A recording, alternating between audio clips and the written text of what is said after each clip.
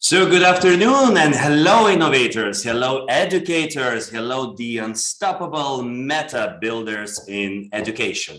I'm Andrius Milinavičius and it will be my absolute pleasure, and it is my absolute pleasure to welcome you to the grand final of the EdTech Hackathon 2022, Education Inside the Metaverse. EdTech Hackathon 2022 is already the fourth such kind event happening here in Vilnius, Lithuania, and streamed worldwide.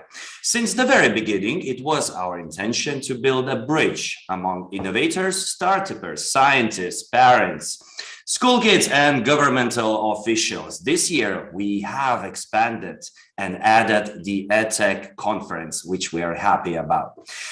This event is brought to you by Vilnius University Business School, the EdTech Center of the National Agency of Education, and Western Union Lithuania. The project is co-founded by European Union project, Digital Transformation of Education. With this, EdTech Hackathon and Conference 2022. And yes, this year we chose Metaverse as our main direction. And of course, we wanted to discuss and understand how this trend can contribute to the future of education. While understanding that it is pretty long shot at this point, we believe it's time to get to know technology better already today. Metaverse as a topic was widely discussed and presented during the EdTech conference that happened this week on Tuesday. Curious to hear more on what was presented, what did the panel participants talk about? A recorded version of the conference already available on 15min.lt YouTube channel. You can join it anytime you want. Said that, once again, welcome to the EdTech Hackathon final. Today you will see 9 teams pitching on the EdTech and Metaverse solutions out of 15 participants. We are extremely happy and delighted to announce that we got more than 300 applications with 21 different nationality across the globe. This year's hackathon has gathered 30 mentors from 4 different countries. We are also happy to see 3 teams participating from Vilnius University Business School. I believe that everyone, each and every one of you who joined us for this broadcast, you can't wait to see. So what did the teams achieve during this weekend, right? And we're here not because only we do care about the education. The teams were solving the challenges to win amazing prizes. Now let's get to know. So what are the prizes for this hackathon?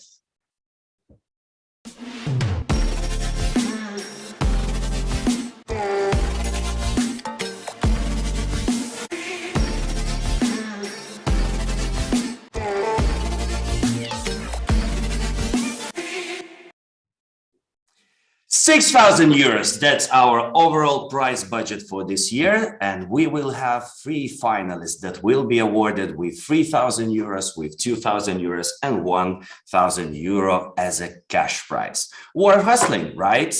At this point, allow me to present the main rules that will be happening during the presentation or the pitches of each and every team. Each of the team will have 4 minutes to present their idea, the progress, what happened during the hackathon, and if it is possible to showcase the end result. And obviously we will have 4 minutes for the Q&A from our distinguished jury. Allow me to present, so who are the jury members today?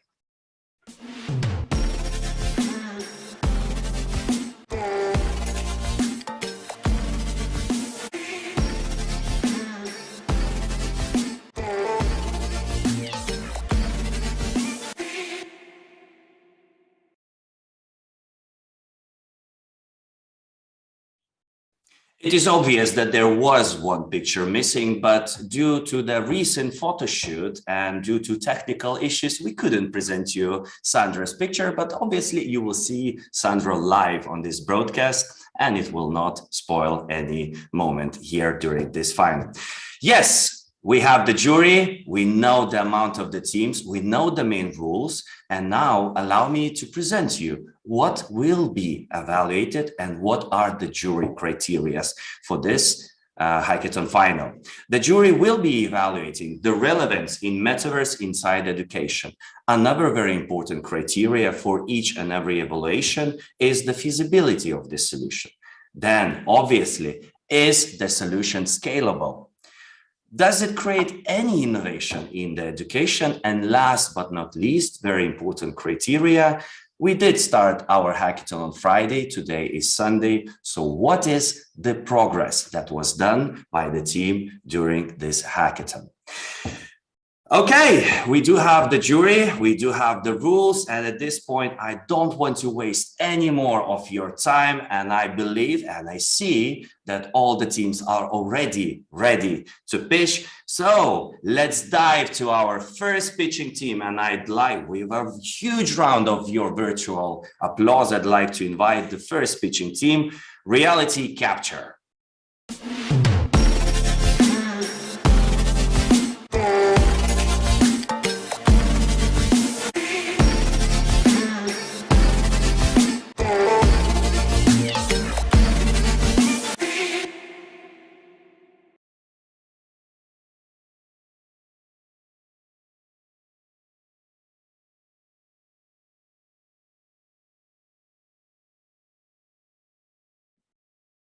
Hello, everyone. We're Meta Capture, and I'm Mantas. I'm representing the team.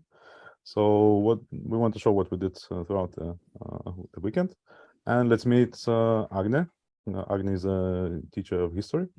And she noticed that students are not really attentive, not really motivated. Well, nowadays, you know, and she wanted to change something, but students still like they like to talk more than history. And she has an idea that's, well, maybe we can introduce some interactive content to the classes. Let's imagine landmarks like animated battles, exploring ancient Rome, and so on. So what's Agnes Waterfall? I have an idea like what's a realization. So of course it's Ministry of Education, like education centers.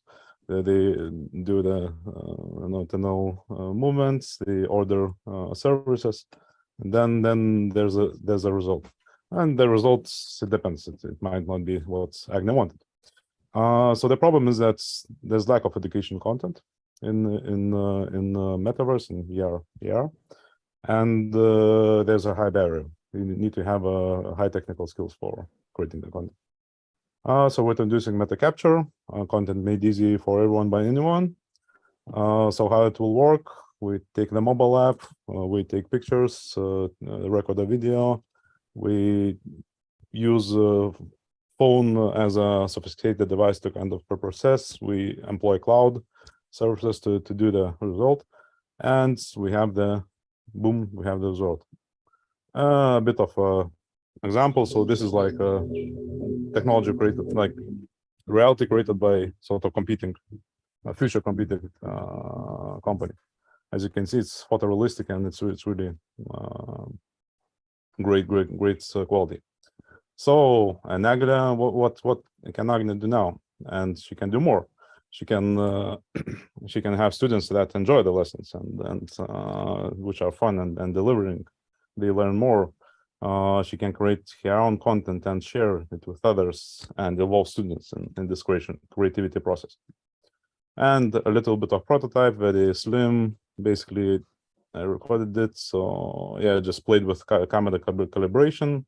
So computer vision is working, but it's still very early stages to show. And when I'm done, I should see a preview and kind of upload the result. That's done with a prototype and other features. So the review and post-process, like no automated process is perfect. We want to correct some stuff.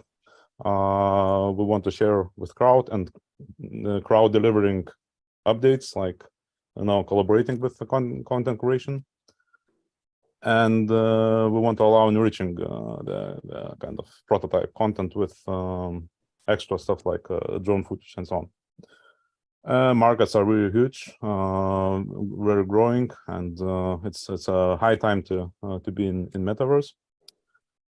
And there are some big names there, and our distinguisher is quick prototyping, drafting, easy of use, out of the box, and well, everything is mostly automated.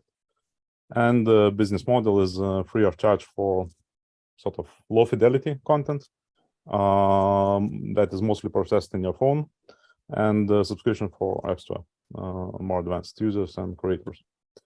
And that's a team, so we're experienced team with high background, experimenting a lot and innovating a lot. And that's our timeline. So in half a year having a POC mobile app, and in a year from now having a public release. That's it. I hope I'm on time.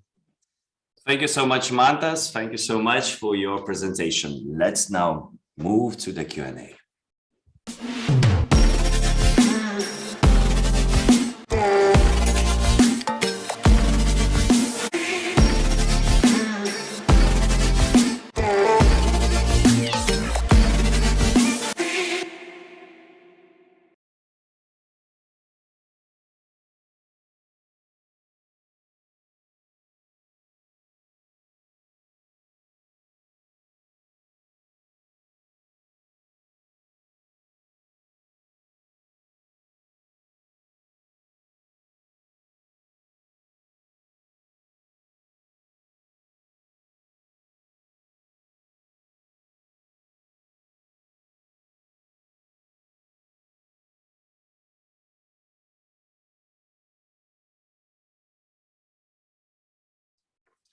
Yes, so welcome back. Now we do have our jury members ready with a bunch of questions they would like to address to our first speaking team and representative Mantas. Vladas, would you like to start?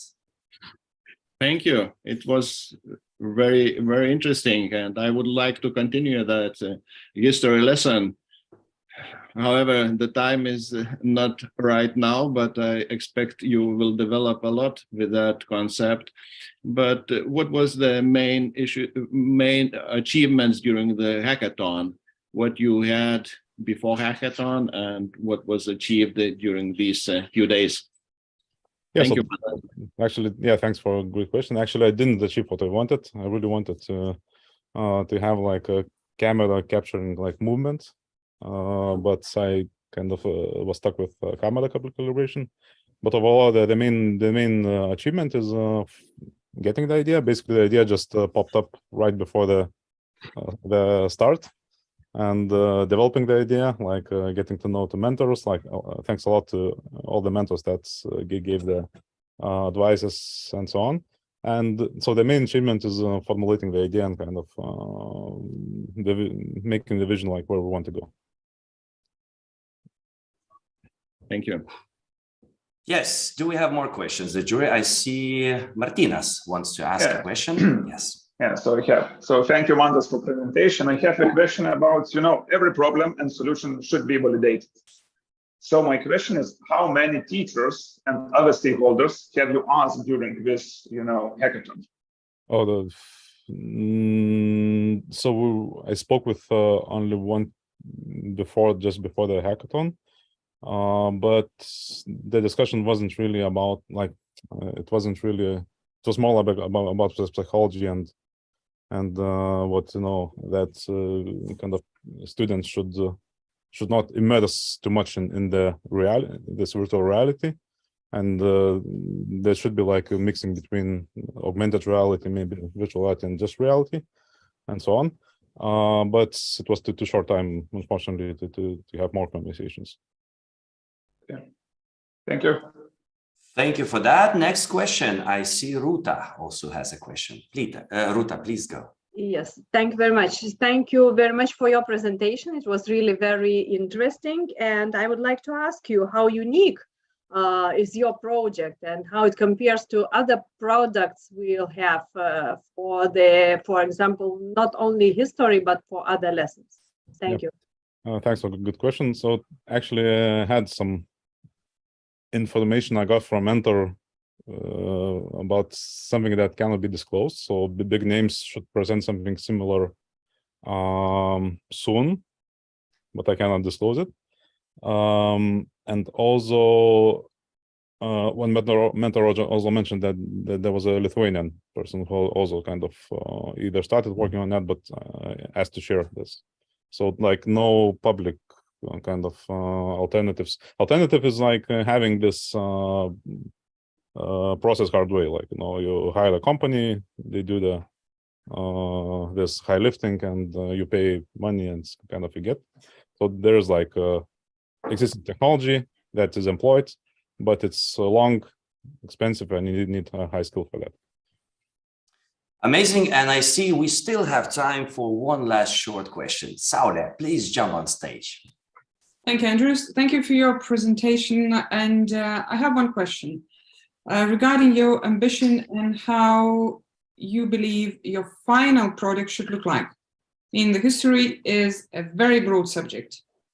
So I believe you have an ambition. So the final, I don't know, in 5, in 10 years, in 2 years, what should be your product then look like? Thanks. And just be very short, please, okay? So history is just an example. It's basically this will work with any stuff. Basically, physics, mathematics can also be employed with physics with motion. What I want is to have a very simple, the thing that I kind of showed, very simple app, just doing the job and getting feedback that we can improve on that. And thank you for that, Mantas. Thank you so much. Thank you so much for your answers. And thank you for kick-offing our pitch competition. Good luck with what you do. And let's move on to our next pitching team. And I'd like to invite on our virtual stage the team named Vitruvia.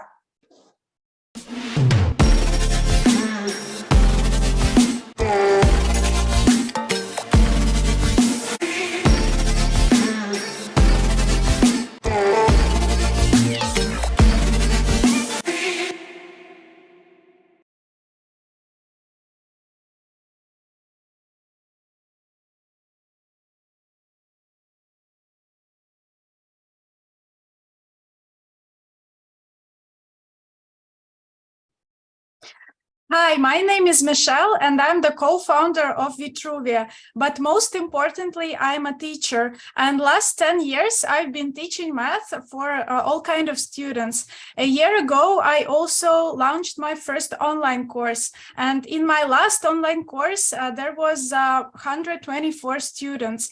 I also help other teachers launch their online courses. And one of my recent clients had more than 2,800 students in a single cohort. So I do believe in online education, and I believe that the future of online education is in the metaverses.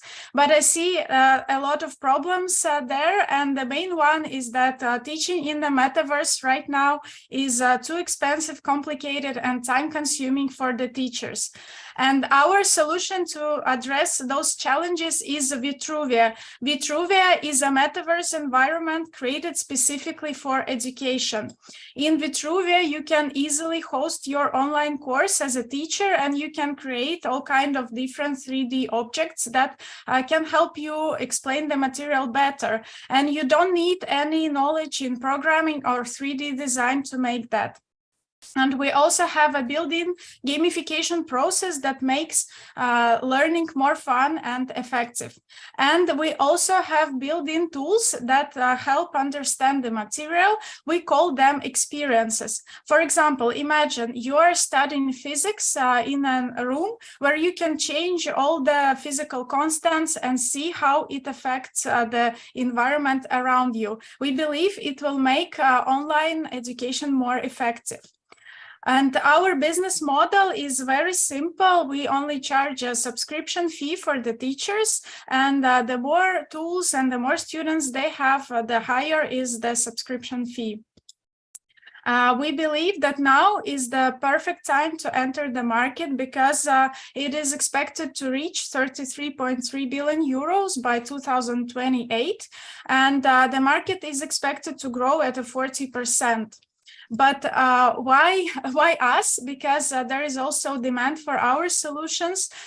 First of all, my clients who are launching courses already, they want to join our metaverse, and they have more than 500 students in total. And during the hackathon, we also made 4 interviews with the teachers to test the demand and understand what are the necessary tools that we have to include in our interface. And what we need to move further is 250,000 euros to launch the beta version of Vitruvia for first users in 6 months. And we are a team of 3 people. I'm an entrepreneur and teacher. Andrei is a 3D designer, and Sergey is in charge of IT with extensive experience in game development. So we have all the necessary expertise within the team. And our vision for the future is to become the #1 choice for teaching and learning inside the metaverse. And by the way, here was the video that we made to demonstrate our vision. And yes, we believe in Vitruvia. We believe in the future of education in metaverses. So I hope that you also believe in us and in this future. That's all. Thank you for your attention. And if there are teachers who are listening to my presentation, please leave your contact on our website, and we would be happy to invite you once we launch. Thank you.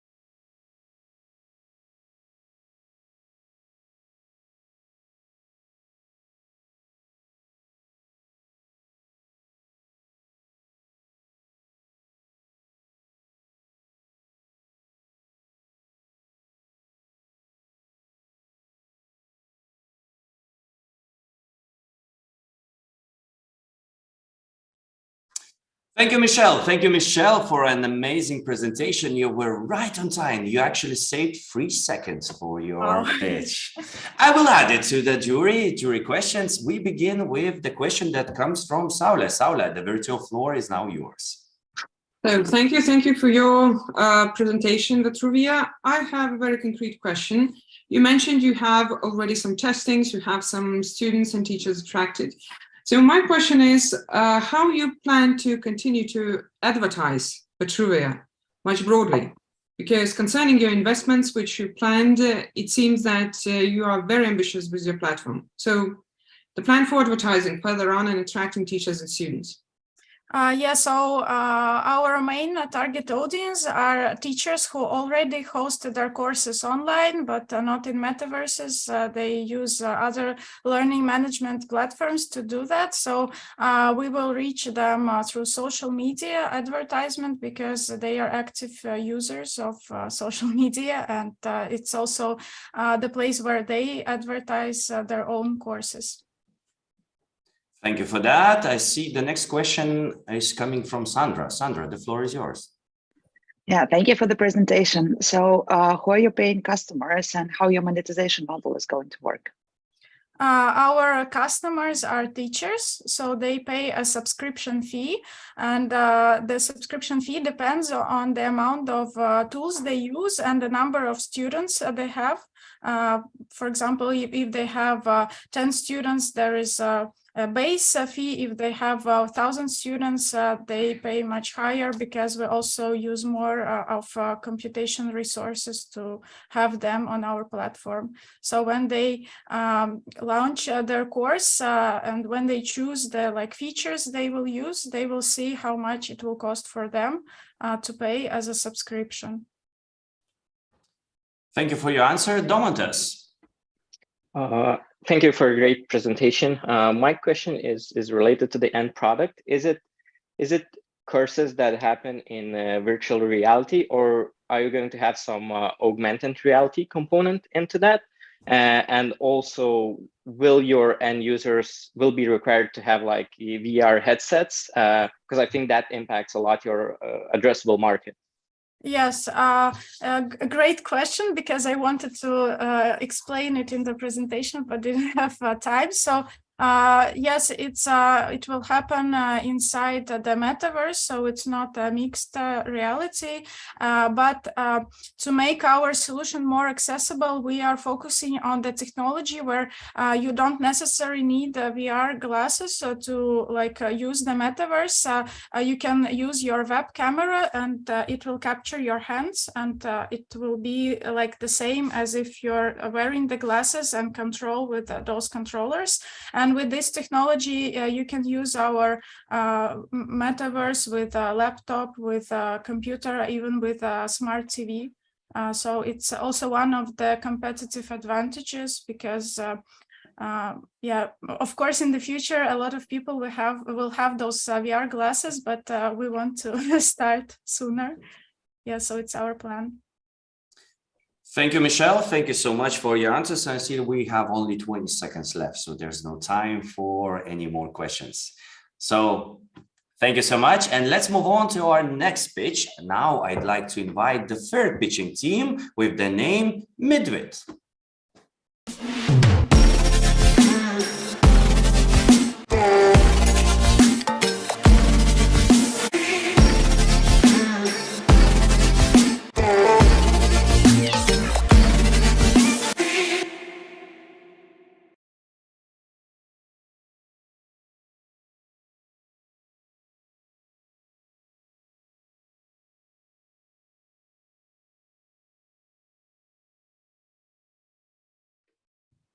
Hey there, I'm Eimantas, and together with my colleague Fausta, we're working on BUD.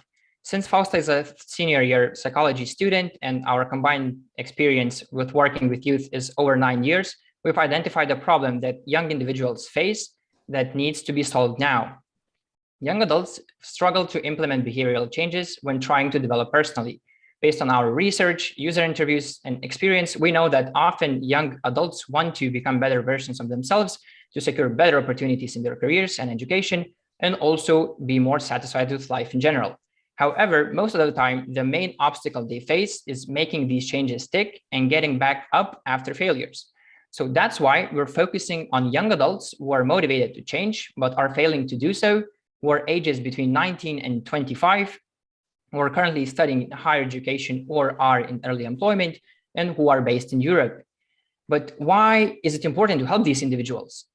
Besides helping them develop human skills, which are crucial for a successful career, having the ability to develop themselves and to have more self-discipline is important, because it helps them improve their mental health and be better performers both in work and education. So how are we going to do that? We are building a platform that empowers young adults to implement changes that stick to achieve their personal goals in education, career, and way of living. And our differentiating factors are AI and psychology-powered tools to build self-discipline, community and gamification-powered tools to support overcoming challenges, and also tracking changes that have been implemented over time. But that raises a question: what's already in the market? We've identified 3 main competitor groups: training, individual improvement, and habit tracking.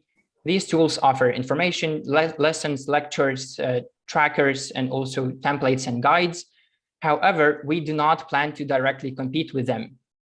Our focus is to aim on the niche market between these groups. So our users could use these tools, but we would provide the tools to build self-discipline that is necessary to actually implement these changes. So we also have an additional feature, which is a virtual shared experience. So every user in this virtual world has their property where they can build their house and grow a garden, which is connected to their personal development. So when they're succeeding at personal development, their property is thriving. And this becomes even more important when other users decide to visit their property to check how they're doing. This virtual world is connected with the platform to create an integrated experience. However, this virtual world needs to be sustainable.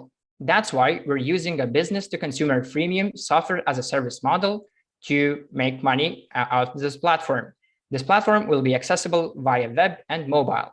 We've started working on this idea this weekend. However, we've managed to validate the problem through user research and market research, also do a competitor analysis, and start prototyping the solution. However, this is far from over. We plan to expand to USA and non-English speaking Europeans, also include more young adults who are focused on self-discipline, teenagers interested in this topic, and women aged 25 to 44. And we are sure we are the right people to implement this change. We have more than 3 years working together with youth, and we have a complementary skill set. Fausta is a senior year psychology student with interests in marketing and design, and I'm a product manager in an international AI company with background in computer science and game development.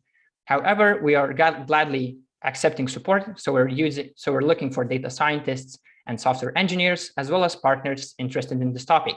So I will now gladly answer your questions, and thank you. Right on time.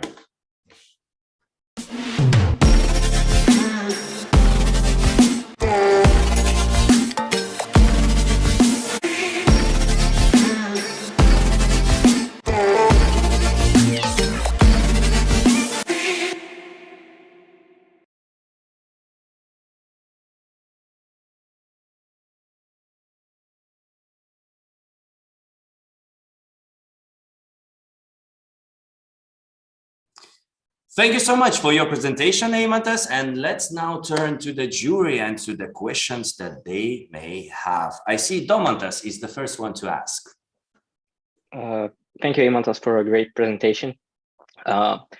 Being a technologist, I'm very curious to know what are your plans to use the ML, the machine learning, to drive those habit changes? Have you come up with any? This is a great question. So first of all, we want to include encouragement that helps them build self-discipline, but each user has different needs. So we're going to offer different ways to encourage users with reminders, also supporting messages and so on, and using machine learning to adapt to each user. So similarly to your Spotify playlist and Spotify algorithm, this app will also adapt to what you need to ensure that you're self-disciplined. Also, we're planning to use natural language processing to analyze users' goals and match them with other users who have similar goals, not even choosing from different categories, but just writing their goals in plain text and meeting people who are interested in the same topic. So these are the main two applications we've come up so far. Thank you so much. Next question comes from Saule. Thank you for your presentation. I have a question related to your early experience. You mentioned self-discipline as one of the core issues in your solution. Have you analyzed or looked through the surveys? What is the challenge of young generation from 19 to 25? Talking about self-discipline. When we just talked to users, the main issue was to have these changes stick and to remember to implement these changes, and also to have the motivation, because usually they forget the reasons why they want to implement these changes. And when they face emotional challenges, they also don't have the energy. So this platform helps them reflect and also have the self-awareness that is needed to build self-discipline in the long term. And yeah, I think these are the main reasons: forgetting the motivators, also facing emotional challenges, and facing other things, for example, TikTok and Netflix and so on, where they can get instant gratification. So having the tools and the discipline in themselves to resist the temptations. So I think these are the main categories we've managed to find. Thank you so much. Next question, Martinas. Hey, I think great idea, great team. So my question is, so what is the next? What is your plan for the upcoming 2 weeks? So what you will do? Great question. So we firstly want to create the prototype, which would be clickable. So we could try it out with the users, because we're just starting to create a prototype. So we would see their initial reactions and get a bit more deep into the problem space. So we would get more user interviews and check with people from different countries, because right now we mostly focused on the UK and Lithuania, but we want to include more European countries because our target market is the whole Europe for the beginning. So I think these are the two main actions for the next weeks. Okay, thank you. Amazing. Dear jury, we still have 1 minute for your questions. I believe everything is clear. So, Eimantas, congratulations. You did a very good pitch, and you also answered all the questions that the jury had. At this point, let's move on to our next pitch, and I'd like to invite on our virtual stage the team Meta students.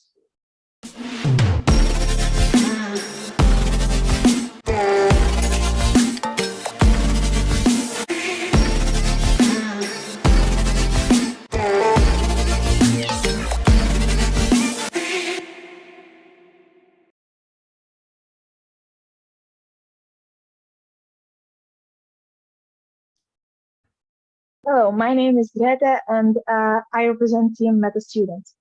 As first-year students in an international business program, we feel that there is a lack of practice in the business field, not only in universities, but also in schools. We made a short survey and found out that even if people have a dream to create business, they don't do it because of fear to lose money or experience failure.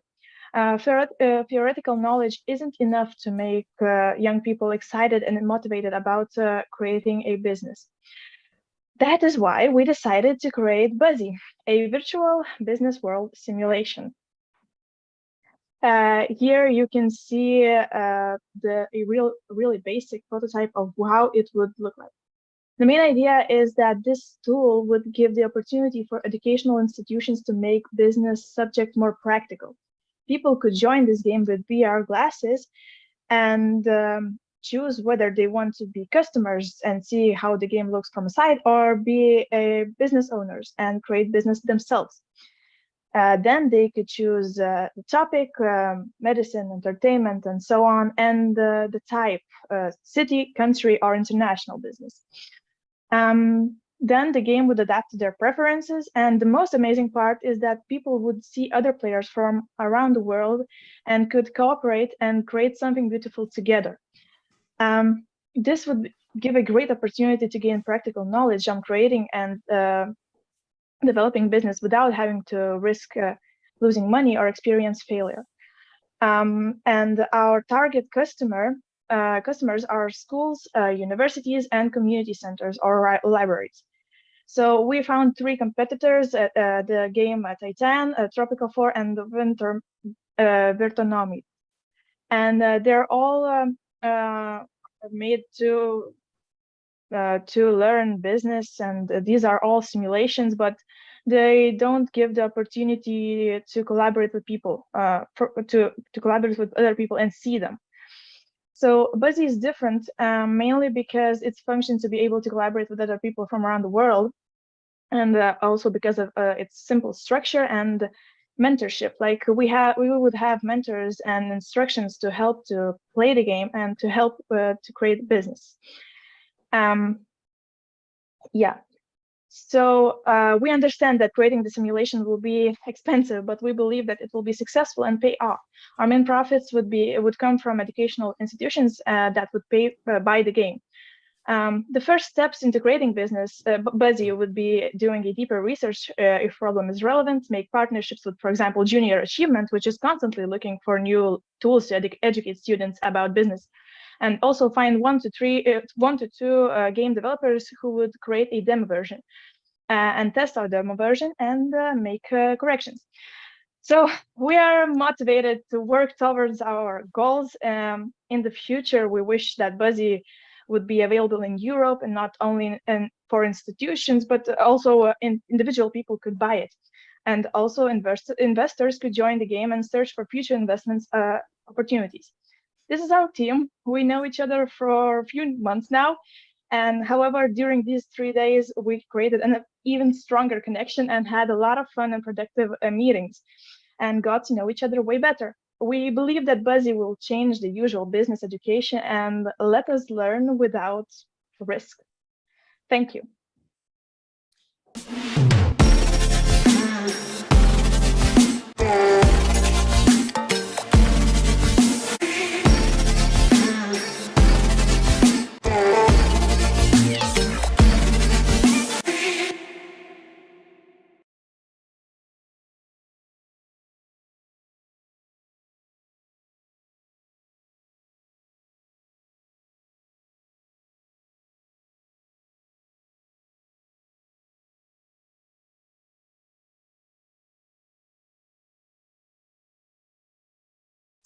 Greta, thank you so much for your inspiring presentation. And let's now jump to the jury questions. I see the first question comes from Saula. Saula, please do. Thank you, Greta, for your interesting presentation. I have a very general question. Your stimulation is really very ambitious and interesting, but have you any thoughts about what might be the first business sector you will try to connect to? Because you spoke about mentorship, you spoke about some virtual games, you spoke about people connecting people, and there are many, many business sectors, and there is a huge variety of them, even from cultural point. So what might be the easiest way, or where you feel the most comfortable, and which business sector you will choose first? Yeah, I think that the first business sector would be just the first steps, as I said, would be finding partners, and we need to find out if this problem is relevant. We need to ask people and educational institutions. We need to connect with them and get their opinion on it, and then make partnerships. So I don't know if I answered your question, but I think that this is, yeah. Okay, Ruta. Thank you, Greta, for your amazing presentation. And I would like to ask you a question: how your created project could improve the competences of those who are playing these games? Thank you. Yeah, so good question. Thank you very much. There's so much competences that they could improve, but we're focusing on business. So they, first of all, while playing this game, they would learn this common basic business terms, for example, like finance strategy, marketing strategies, like deciding whether they want to be a monopoly or whether they want to be a small business. So many things that they can learn, and we would provide like additional information if they don't know what that means just help them educate themselves while playing this game. So yeah. Okay, next question comes from Martinas. Okay, great presentation. Actually, from the beginning, you grabbed my attention. I said it is an idea which has to be, developed. And I want to encourage you, just don't stop here. I think there is demand for sure. And I'm a board member Junior Achievement as well. So yeah, I know what I'm talking about. But my question is about what is your next steps? So what you will do after this hackathon?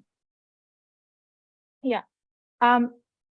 The first thing that we're going to do is make a bigger research. We did one survey, but it was between like not many people. We didn't spread it a lot.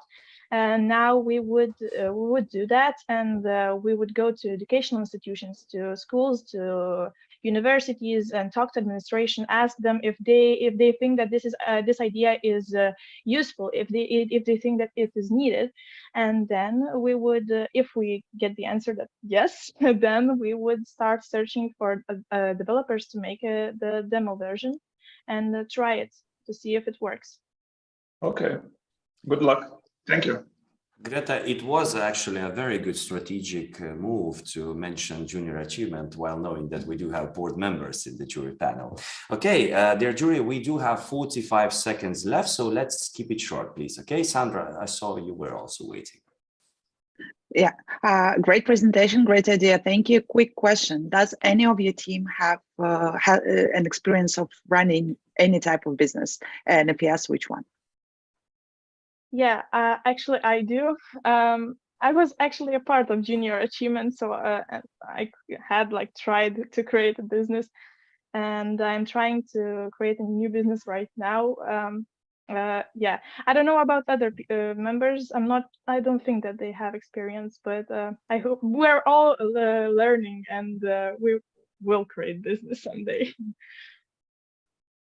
Thank you. Okay, and I see we're out of time. Greta, once again, thank you so much for your presentation and answers. The jury, thank you so much for your questions. Let's move on to our fifth pitch, and I'd like to invite on our virtual stage, Jupiter Park.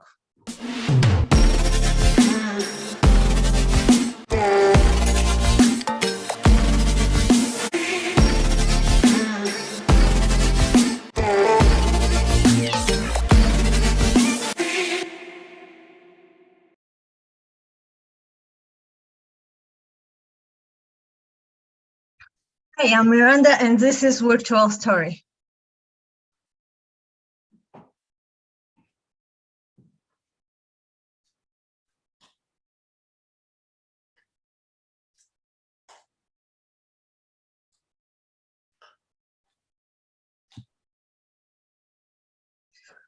What would you do in this situation? Or maybe if story took in other place like modern times, future, space, or you would like to see the story from different characters' point of view or create something on your own. Today, the number of literature readers is declining worldwide, especially amongst younger generation, which is really negative for overall education level. And for solution, it's necessary to create modern technology-based way to get acquired with literature, such as virtual stories, the hybrid app of books and video games, which will make reading process educational like books and engaging like games. The user can read and listen to different literary masterpieces, play mini games and mind exercising puzzles, and make impactful decisions on the story and see various outcomes. App is customized on PC and Android as well. There's going to be premium versions and subscription models. Price for each product will vary. Target market are elementary school students and their teachers. However, we are willing to make product for other age groups as well. Also educational publishing institutions and over 1 million Georgian immigrants. And we're going to start starting by a B2B model. And when we have enough products, we're going to add B2C model as well, and going to enter global EdTech market, which was valued 55 billion last year. Competition is pretty high. However, Virtual Story's main advantage is that it's adapting famous must-read literature masterpieces, which are often overlooked in modern EdTech community. And our app is going to have the features that allow more interaction with users. So far, we have started to collaborate with local publishing and educational institutions, have participated in different accelerators and made several surveys. We are also including school subjects as history and science, and with the integration of AI, the creation process of product will be much faster and will have much more diverse features. Impact potential for Virtual Story is pretty high because we're offering market new way of education, which will ignite different kind of conversation with teachers and students and help students' creativity and critical thinking to develop. Also, with cooperating with VR and Meta companies, we are giving user different kind of experience with the famous stories. We are looking for funds to create a platform and strong marketing campaigns. Our team is compacted with people who are enough to create the product.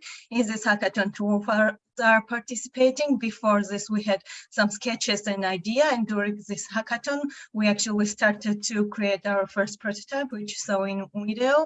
And all of us are connected with the idea and believe that strong future depends on educated generation, and books are absolutely necessary for that.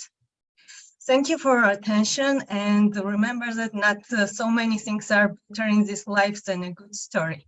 Thank you.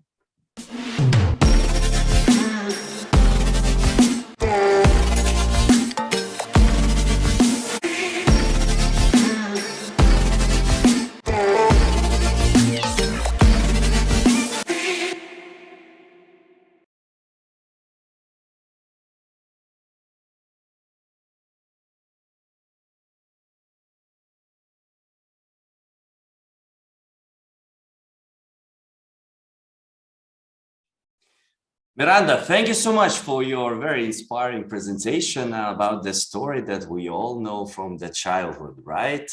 Let's move on to our jury questions. We have 4 minutes for that, and I'd like to start from Domantas. Thank you for the presentation, Miranda. My question is, do you plan to have any sort of community aspect in your product, or is it just going to be as like a single player story game that the users use, or is it going to be some P2P multiplayer thing that involves more than a single person? So in this stage, while we are still making up, we want to have this feature when you can write your own version of story if you have some different, and other users can read it and maybe vote for the best story. And in the metaverse version, that could be like multiplayer game. Also, for example, one player can be wolf, one player can be Red Riding Hood, as they wish. So yes, there's gonna be communication and connection with users. Thank you so much, Martynas. So thank you. It was quite a lot of information on the slides, so maybe I missed this information, but maybe you could repeat. So who will use your product? So what is the target segment? And another, who will pay for this product? So target segment at this stage are elementary school students, or we are targeting education institutions like schools, private schools who are more keen to modern kind of education, and also publishing houses. We are going to, the reason we are adopting Red Riding Hood is that one of the publishing house we are cooperating with has this book, and we are adding a special QR code with this book, so they can also, user can also play, and we are going to get percentage through the sale. Okay. Okay. Thank you. Thank you so much, Vladas. Vladas, you're muted. Thank you. It's a great concept, and I would like to ask you a little bit. Tell us more about the team. The commitment, how long ago we came with that idea, and what was the progress during the hackathon? So during hackathon, we started, like we had these sketches, some pictures of characters, and during this hackathon, as you saw in video, we kind of made voice acting, but gonna be better in the future. So we kind of started to build prototype, and our team members have known each other for a while. We are all from entertaining industry. Like one is, two of them are painters. I'm a filmmaker, scriptwriter. So we have worked on some projects before. And the idea is basically we started this summer. Like idea came recently, so we are still starting. Thank you. Dear jury, we still have some time left. Yes, Ruta, please jump in. Thank you very much for your interesting presentation. You know that in schools, teachers usually are more orientated to testings of the student and looking for good results. So what do you think, and how do you think this product can change the lesson at school? Maybe it could be a great support for the teacher. Thank you. Yeah, we also thought about it for example, if it's literature, it's different thing. Like you can teacher can track what kind of fantasies children have. But in the case of like a school subject, like for example, history, if there's gonna be question, if you were this king, what would you do in this situation? There's gonna be questions until maybe teacher can get different kind of questions, and it's like can ignite some kind of new conversation between teacher and students, because students are often shy to say their opinion and they don't know their opinion. So that's what we are encouraging. And thank you for that, Miranda. Thank you so much once again for your presentation and for your answers. Everyone, we're halfway there. We just saw 5 teams. We have only 4 teams to go. And now I'd like to invite the second team to present their idea and the progress. The team is named Criticate.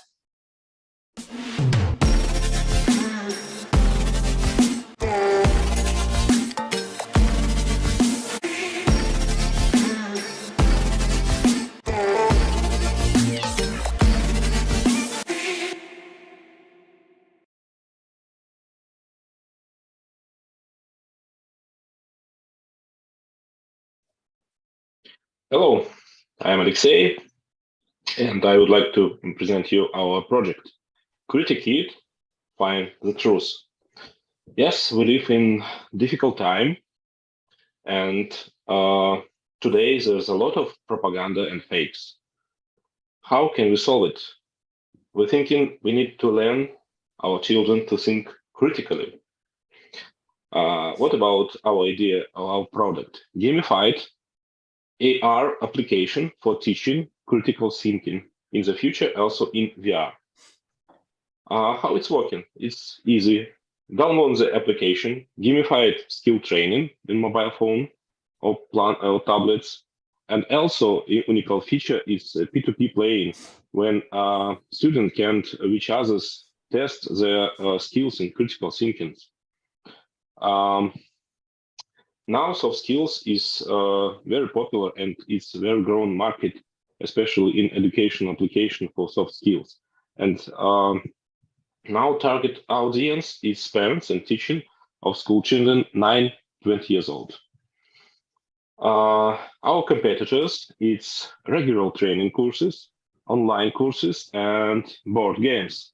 But Criticate is more better. Why? Because they have unique features. It's a practical skill training and high engagement through gamification for children very love when they can make some games and also can self-study and P2P training. What about business model? B2C premium for that price maybe, and B2B payment for per student. Our traction. Now we just make an idea and make little test in business model. That's our team. We have enough experience to launch this product. We have marketers, specialists in business, in engineering, and in IT, and also for starting even pre-seed funding for 6 months for investment for team, for starting to make MVP, and for marketing, pre-sales, testing sales, and also for testing new markets. Thank you for your time. I'm ready for the question.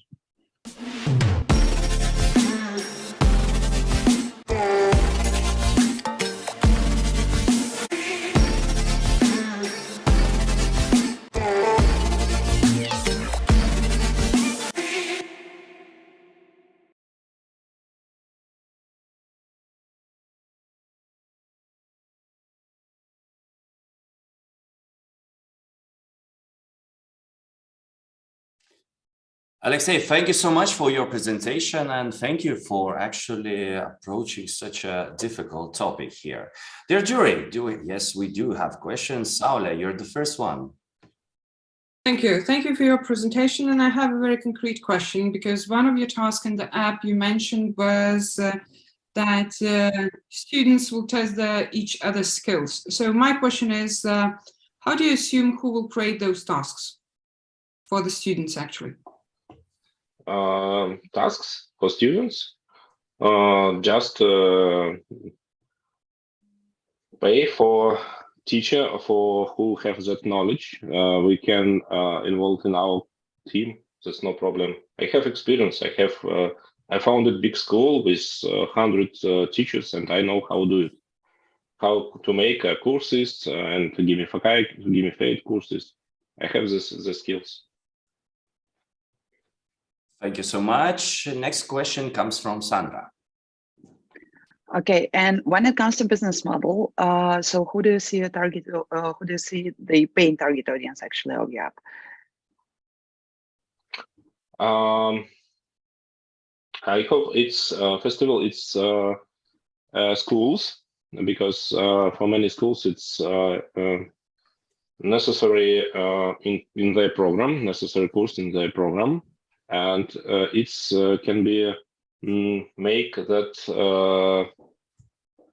course more interesting, more involved, and more resultable is result. No, the children have more result, and we can across the course we can test it at start what they have skills and in the finish, and they can repeat after that many times.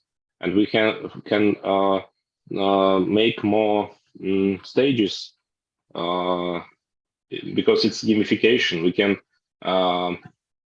give more different stages after first stage.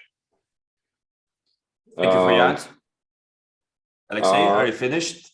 Yes, I finished. I don't know. I am answered for question, and also for users, for parents. Sorry. Okay, I see one more question comes from Martinas. Hello. So as understood, during hackathon, you came out with idea and you said what you built the business models. Yeah. So my question is how you validated it during hackathon. Have you done any interviews or called somebody? So how the work was done? Mentors give good feedback about this idea, and also I know about that because in my school we learned teaching many thousand students, and one of program it's very popular about critical thinking, leaderships, etc. And another reason, 3 years ago we testing with not with AR, testing with VR, but VR is expensive. Not many schools have that VR lenses. It's but AR, it's maybe a first step for more, not many expensive for users, because everyone's have a smartphone. Okay, and we still have some time left for one short question. So Ruta, please jump in. Thank you for your presentation, and I would like to clear a little bit how it will fit with the educational content of the school. Thank you. You mean how educational content? Yeah. When the student started this application, they across the course we need to ask some questions, need to make some tasks, and sometimes a homework, and it will be like usual course by educational standards, but through the game, with maybe with features, maybe with virtual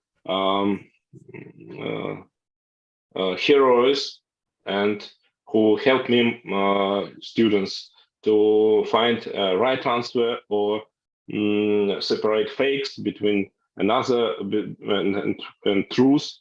That's why we named it "Find the Truth." Yeah, find when the truth is live. I don't know. Is I answered the question? Yeah.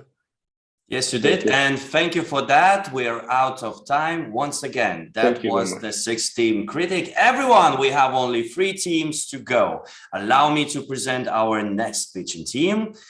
The virtual floor is going to the team Mavericks.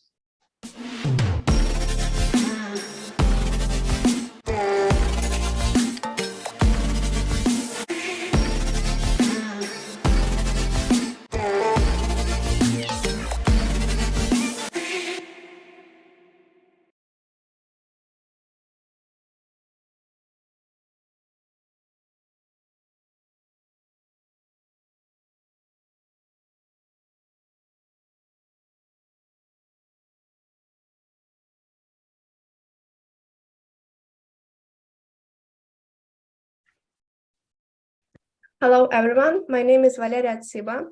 I'm team leader of Mavericks team, and our idea is AR education. So, to start with, our main aim and value is providing access to such knowledge like chemistry, geography, biology, and physics field. We understand how it's sometimes difficult to know theoretical base, but didn't understand real theme. And we think that 3D modeling and virtual space and spatial thinking could help us with this. And we would like to explain students how such interesting things like sound wave work, and it can be visualized due to AR glasses. So here you can see our examples of how our idea works. In real life, students can use water and glasses, but in our AR glasses, they would see some special colorful assets, and they could even touch it, they could feel it, but it will stay in water position and nothing dangerous, nothing poisonous. There is even both sound and smoke, so our idea could be true life looking for children.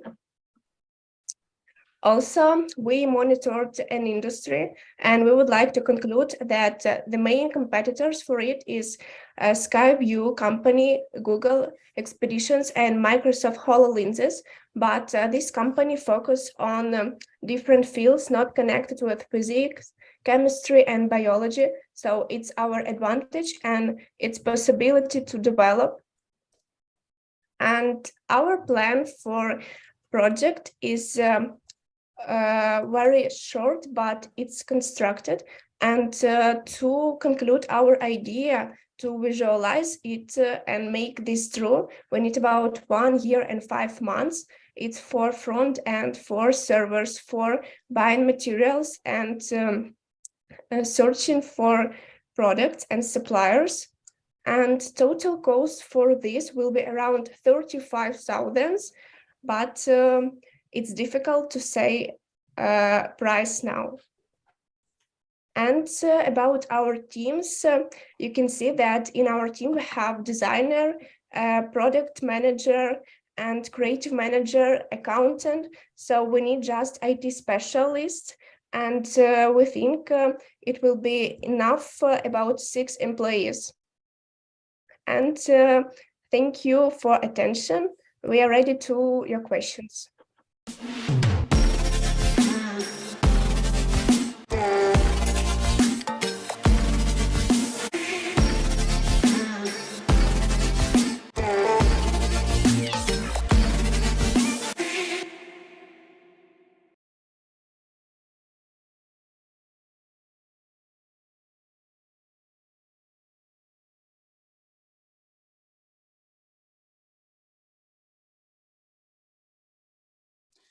Thank you, Valeria, for a truly interesting presentation. And now let's jump in on the Q&A session. Dear jury, do we have questions? Yes, I see that Domantas wants to go first. Domantas, please. Thanks for the presentation. I want to kind of understand what is your end product, because as a competitors, you mentioned some companies that are actually building physical devices. I guess from your roadmap, what I see is that you are building more of a just like a product that's on internet, on a website, or on an app. So yeah, how that end product would look like and how the end user would use it. Yeah, our aim was creating a special system for educational institutions like school and universities, because teachers, they interested in it, and this program would help them to involve students in process, because through their modeling and these classes, they will create more colorful and bright thoughts in students, and it could improve their process. But we will focus on service, on system, not on like platform that other company, but it's our competitors. Thank you for that. Next question comes from Saule. Thank you for your presentation. I'd like to clarify one thing. What are your next steps for raising the funding which you need? First of all, we need to count all necessary expenses, because it's important to make a constructed plan. We need to find specialists that are professionals in their field, and we need to have a person who would manage all this, because it's really important. It's a metaverse system, it's specific, and we need to understand it. So I think that we have community at university, and they could help us because we have IT specialists, and it's a great possibility to use it. Thank you for that. Martynas. Hi. So I really enjoy watching this chemistry with watches. But my question is about the business model. Or another words, so from where money will come to your company? Our business model was built on expenses, not on investigation. And for future, we would like to provide like a subscription for 1 year. For instance, like Office 365, like institutions buy our system and 1 time per year, then pay it. So it will be more possible because about other ways of payment, it's more difficult for such startup. Thank you. Thank you. Dear jury, we still have some time left for the questions. I see that everything is clear. Thank you, Valeria. Thank you so much once again for your answers and your presentation. Let's move on to our next pitching team, Vision C.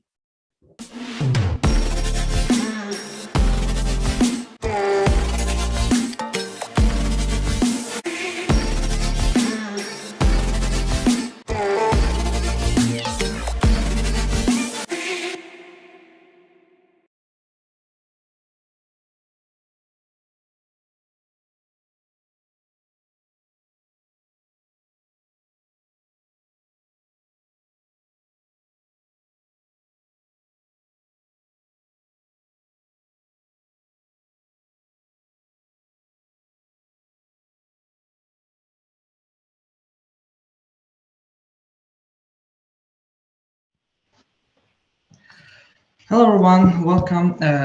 Today we are going to talk about the representation of museums and other places in VIA. It's Vision C. The problem is that we saw the difficulties in education, like educating history, educating arts, and even geography, that there's no interaction and no visualization. So it makes a low productivity on educating these subjects.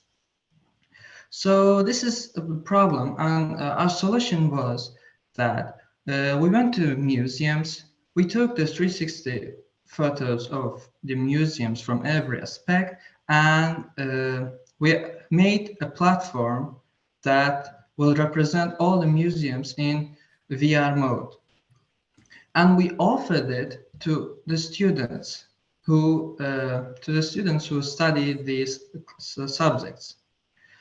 And of course, there were people who did it before us, and they succeeded, like Azerbaijan360.com with $2 and $5 million, and Azerbaijan Travel from $5 to $10 million annual income. And now the question is where we will make the money. And first things first, we plan to get 1 million plus app downloads in first 18 months. And with that, more than 10,000 daily active users across the world, and the monthly income will be 20,000. Of course, this is the global plan, but our first plan is to help the education of the history and other subjects in our country, in our education system. And these are other competitors like Google Arts and Culture, Sites in VR, bstore.co.uk. Of course, they have their own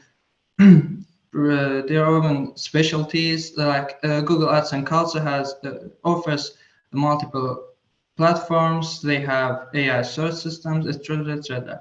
And all others like that, let's say Azerbaijan360, they have a web platform, but no others, and it it's impossible to work with VR systems, as well as Azerbaijan travel and virtual museums don't have enough resources. So our main advantages are that we offer all platforms. We offer the app that will be run on all platforms, and we also have offline mode of our platforms. And what we did so far, we had in the last hackathon sessions, we worked on the prototype, and we started the partnerships with Ministry of Culture. Our prototypes includes 2 museums, as well as a software document we have written, and the improvements are that we will add new museums and other visible places and go global. We will go global as well with advertisements, so everyone at every place you can see our museums, as well as the other museums that we will add to our library soon.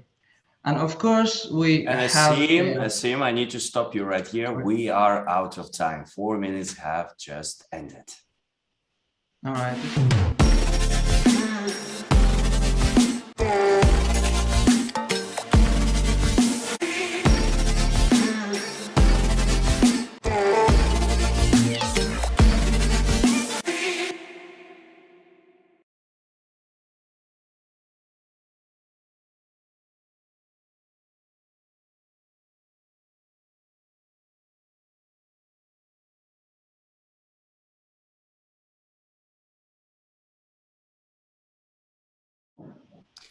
Once again, Asim, thank you so much for your presentation and their jury. Now we turn to you, to your questions. And obviously the first question is going to be about the team, right, Martinez? Yeah, I saw that the team is great, actually. And, you know, I think what you have quite a big ambition here. So my question is why you and why your team could deliver this, what you planned? All right. First things first, we searched the market, and we saw that in our country. Let me note that we are offering firstly in our country.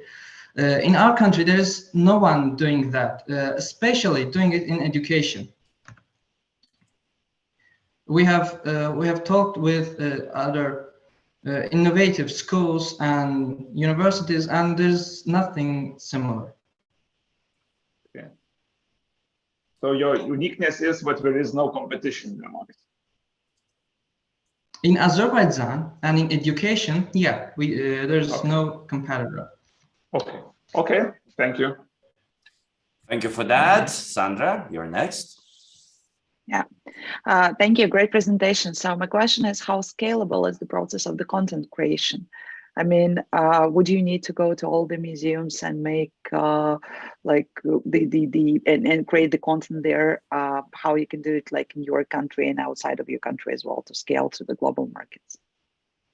Yeah, that's an interesting question. Yes, we will first scan all our museums in 360 and upload it in our database. By the way, with the one source code, we will have a good integration with cloud servers. So yes, we will scan all the museums in Azerbaijan, and plus, but in the next steps, we didn't have time to talk about that. In the next steps, we will allow the users to upload their 360 images and etc. to our database. So it will be share and watch type of platform. Dear jury, we still have some time left. I believe everything has been answered and all the questions has been asked. Thank you, Asim. Thank you so much once again for your presentation and good luck. Thank you. With this, everyone, we're moving to our absolutely last pitch for today. Last but not least, obviously, please welcome the team named P2I.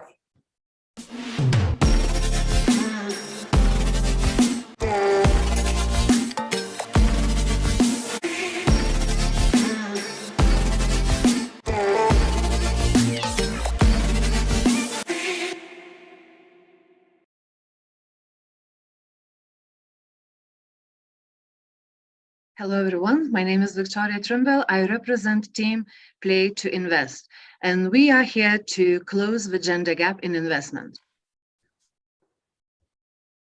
What is the problem? Women lack financial freedom, but only 30% of investors are women. And when asked why, they say either lack of knowledge or lack of confidence. So our solution is community-based educational investment game. And its main features that would solve the problem are as follows. This is low-stake play environment, supportive community, fun and curious experience, merging real and virtual worlds by having NFT diplomas, points for converting to digital coins, and then digital coins converting to cash or other prizes in the real world.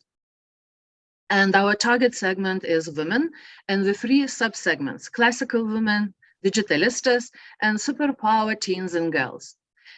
Our customer reach will primarily be through the three main channels: conferences and events, word of mouth, and electronic e-marketing, social media, and also a network of partners and ambassadors.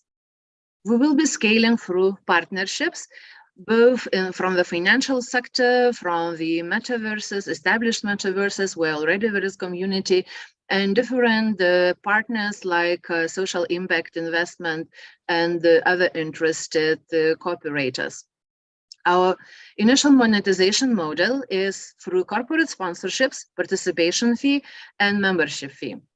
Our impact of society we expect to be quite huge. We will be closing gender gap. We will be boosting confidence of women. We will be breaking both barriers: digital technology barrier and investment barrier. We will enable women to have financial freedom, and we will teach them digital skills, including metaverse. Our roadmap so far: the whole idea started last Saturday during audience number-breaking conference we organized with Verslo Žinia, specifically for women who want to invest. So in less than a week, on Thursday night, we decided to join the hackathon, and now you have what you see today developed through those few days, or in fact like 40 hours or less. And during the next upcoming months, we will be fine-tuning our product and building partnerships. And we plan the first public launch already in March during another conference. Next step will be scaling, and even before the public launch, we will be able to test our product in the already established community of 600 people who participated in the survey and over 300 women who participated in the conference last week. So we have a power team which has a lot of complementing competences and also ability to cover for each other. On Friday, Yekaterina was speaking. Today, I am doing the job, and we all work very closely and have certain track record behind us. So why us to choose as winners of the hackathon? Because we know how to close the gap and bridge those two worlds. We are women, and we are also mothers, and we are also friends. So we know all of our three target segments very well. Thank you. And we are ready to take any questions you might have. And please connect us through LinkedIn if you would like to join us on this mission. Thank you once again.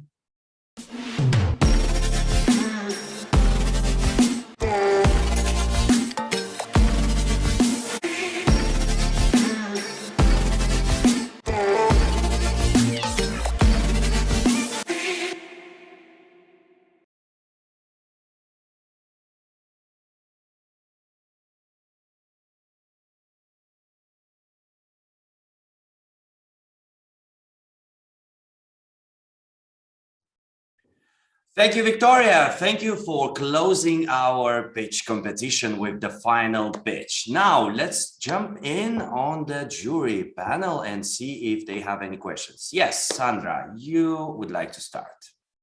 Yeah. Thanks a lot, Victoria. And as an educator in the Women in Tech team, I really support what you're doing here. My question is more about, let's say, the technical competences that you would need to build your products in. Do you have them in the team, or are you planning to outsource the technical parts?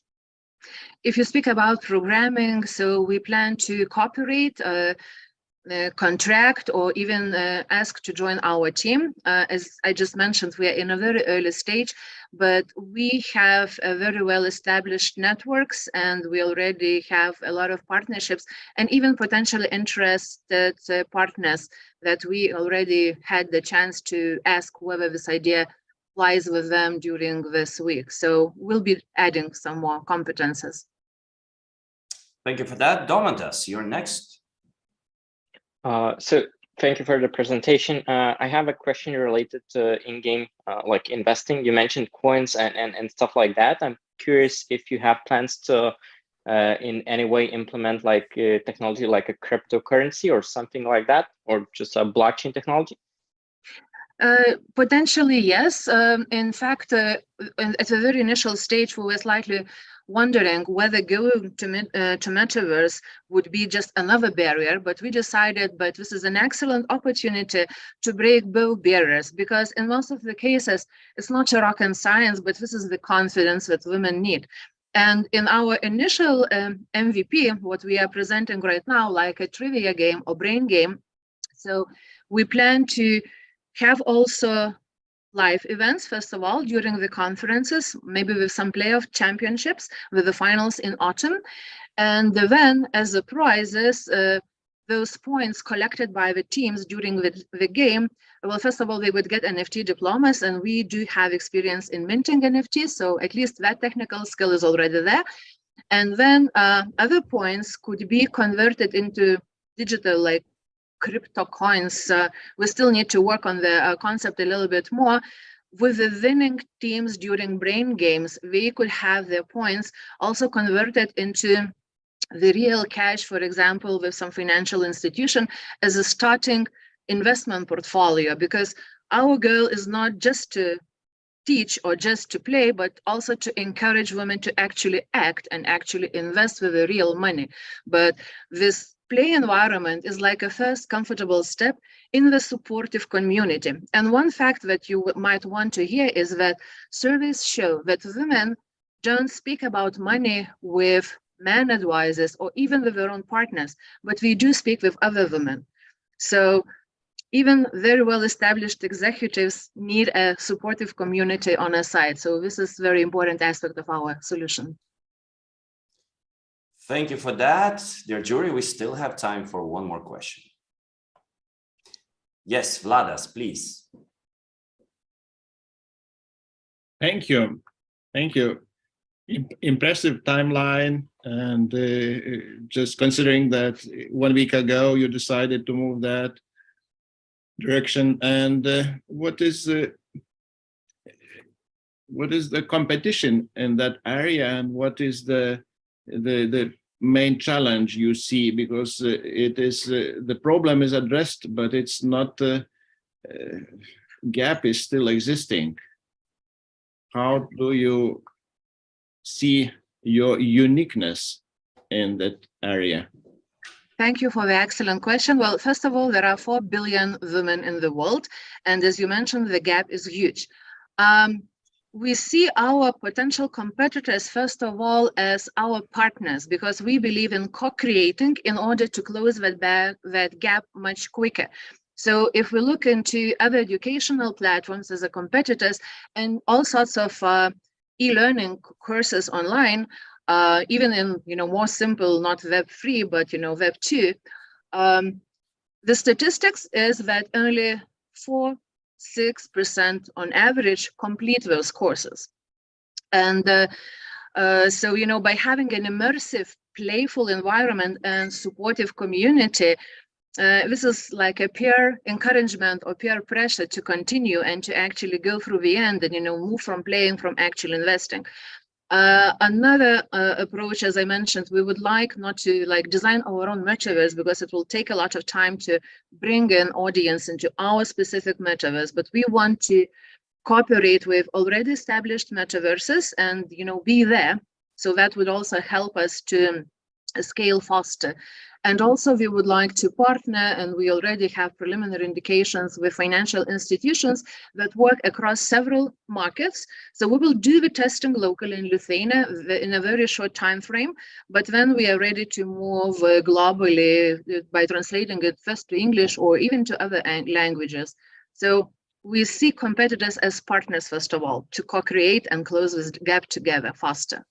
And thank you for that, Victoria. We're absolutely out of time for the Q&A. And everyone, this is it. Congratulations to all the 9 teams that were just pitching. You were magnificent, you were spectacular, and thank you for all the solutions you're currently building and you have built during this weekend. Thank you so much to all of the jury members, Saulė, Vladas, Rūta, Domantas, Martynas, and Sandra. It's now time to cast your votes. I will ask jury members to leave this broadcast and go to a separate room to cast their votes and to make a decision. So who will be those 3 teams, 3 winning teams that will share a prize pool of 6,000 euros? Everyone who is watching us, now we will be moving to a very short technical break, after which we have 3 guest speakers and we have so many interesting information that we would like to tell you. Stay tuned. We're coming back in just a second.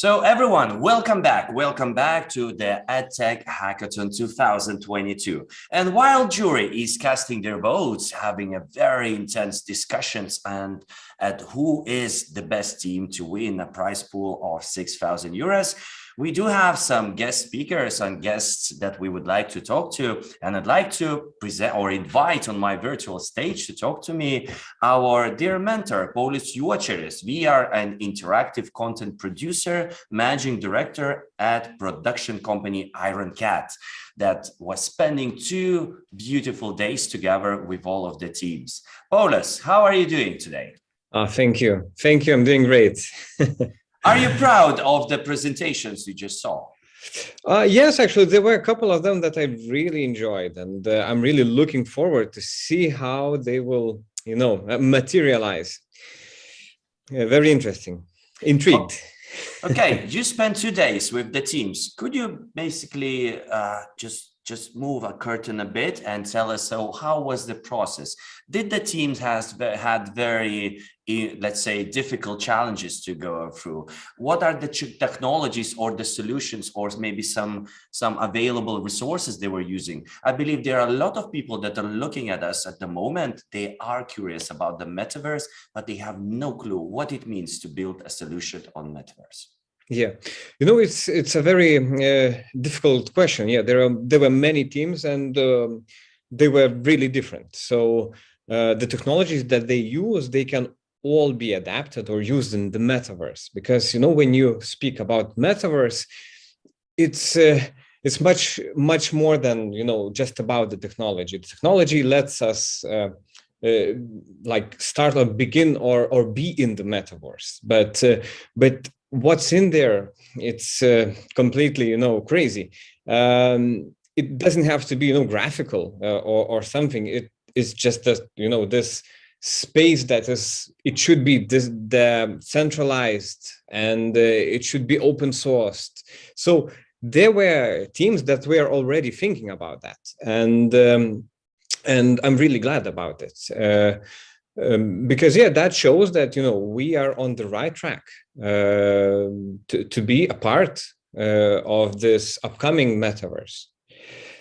So and what it is, it's very hard to explain, but I would just do a couple of examples. For example, let's say Roblox, a game, it's already a small metaverse, and it acts as a as a YouTube for gamers, that the community itself is building it. They can put their own games in there, invite other people to their rooms to play those games, and it's a community based thing.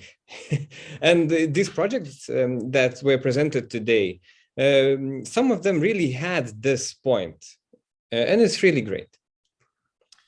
I totally agree with you. But when the teams were building the solutions, where were the biggest mistakes the teams were doing there? Or maybe I'll rephrase my question. What would be your advice to the teams that did participate? Or, for example, for the teams that are curious on what it actually feels to build such solution and participate in the hackathon? For me, because I get that in my field of work quite a lot. To develop something, when you have an idea, it actually takes a long time. The road is hard, and you have to be prepared for that. So, you have to think ahead. If you're thinking, that I have this idea which would work today, probably you're already late. Probably someone already. Most of the cases, someone is already building that, right? So you have to look far beyond from what. And you have to be, brave, because when you think, that okay, maybe I don't have the solution yet, but be sure, just try. You will find something. It's unbelievable. For example, what augmented reality is like, not augmented reality, the artificial intelligence is doing now. And, there are solutions. Just look for partners, think far, and things will happen. The metaverse is way too big for a single person to actually create an impact. Is that what you want to try? Do you try to tell us? Yes, also true. Also true. Okay. In my opinion, yes. Okay, but I really would like to hear your personal opinion. So what from your own point, from your own personal point, so what's a metaverse in education to you? Wow. Where do you see the biggest challenge that we should actually focus on? Because there are a lot of ideas, a lot of creators around us or innovators. So where do you think they should be looking at? Well, that's a very, very hard question. For me, one of the greatest projects which could start that and could already, like it did start it, though it got at the moment not canceled, but like frozen, was Google Expeditions. And, you know, for me, that was a very good background for the metaverse that could work for education, because that this project allowed the teachers and the pupils to, you know, to create their own content, to create their own lessons that they could upload, share with all the world, and the tutors could also, you know, present those to their children, to their pupils, and it's a really good project, in my opinion. And also, it was not that it was free, you know. It's a cheap project. So for me, that was a really good thing, and I would be looking into that. I would be looking into something that you could, you know, create, share, and make the community, enable them for them to make the content. Okay. So you want to tell me that the biggest impact that the metaverse can do in education, from your point of view, is just connecting, accessibility, allowing more and more people to jump in for the same cause. Am I right? Yes. Just for people that has the same cause, that do understand the need, and for them to connect and create something which will be really, really impactful. Okay. And since you were a mentor for these 2 beautiful days that we spent all together with 9 teams that were just pitching, what it means for you to mentor such individuals, and maybe what would be your advice to people that are curious, how can they join such a hackathon as we are participating now? Why should they? And what's your overall feeling after these 2 days looking at the final? The feeling is great, and you know, for me, it's very important. The most important thing is, you know, I always remember myself as a student in school, and I remember those small things when, you know, you have these like mandatory tasks that you need to do. For example, like read a book that you really don't care about. And it was really hell for me. And I just wish that, you know, today and probably in the future, it wouldn't be the same for students, that they could choose, or the content that they would get would be created for them. And it would be visual, it would be, or the books and the stories would be, you know, really intriguing and connecting with you. And for that we need to create. We need these people like in this hackathon to create new concepts that we could use in education. You're absolutely right. I totally agree with you. And I'm always repeating to everyone, never lose your creativity. Metaverse is a 3D internet, as it was said during the conference on Tuesday. And I totally accept this. And in the 3D internet, you have to be pretty much creative in order to grab attention, right? Yes. Okay, Paulius, maybe the last question from my side is, for the people that are curious, how can they begin to understand what is a metaverse, or at least to touch something like a metaverse, what would be your advice? Where should they start? And maybe there are some specific online tools available that they could start using. Oh, well, as I said, you could try some games. You could even, if you have access to virtual reality glasses, then there is like a couple of very interesting, programs that you could try, which is like VR chat. It's amazing what is happening over there at the moment. It's crazy. Like everyone should try it just to see how crazy it is and how interesting it is. So yeah, probably my main advice would be try VR chats. It's wow. I've tried it myself and I actually loved it. Okay, thank you so much. Thank you so much, Paulius. Once again, it's a huge thank you to you for the time you spent together with us during this hackathon. We're here to actually solve big challenges, right? And it was very valuable. Your impact was very valuable. And for everyone who is watching us, I would like to remind you that Paulius Juočeris, VR interactive content producer, was our mentor at this EdTech Hackathon. And now I'd like to invite two more guests, two more brilliant gentlemen. Both of them, they were participants of our previous hackathons. Sandro Franco, EdTech CEO and co-founder, winner of EdTech Hackathon 2022, and Mantas Vicius, CEO at EdTech Startup Be Bright, Econ and Business Teacher, participant of the Hackathon 2022 and 2021. Gentlemen, good afternoon to you. Good afternoon, everybody. I'm happy to be here. Greetings, same here. So guys, after looking at 9 brilliant solutions that were presented today, so what is your overall feeling on the metaverse and the metaverse in education? I think I saw solutions all over the place, which is quite interesting, right? I think that it sets like a wide space for everybody to innovate, surely. Although I believe that this is like building a ship to find a new land. Some people will have to be up there looking at what's the future, but some others need to be right here trying to like make sure that we keep going.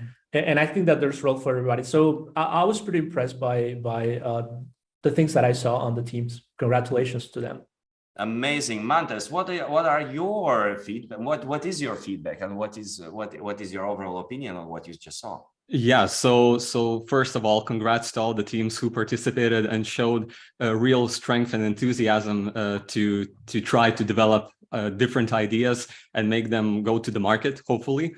The main thing for me would be, while looking into metaverse in education, is that it's a good niche to look into. It is scaling, and we can see that it is going to be huge in the future.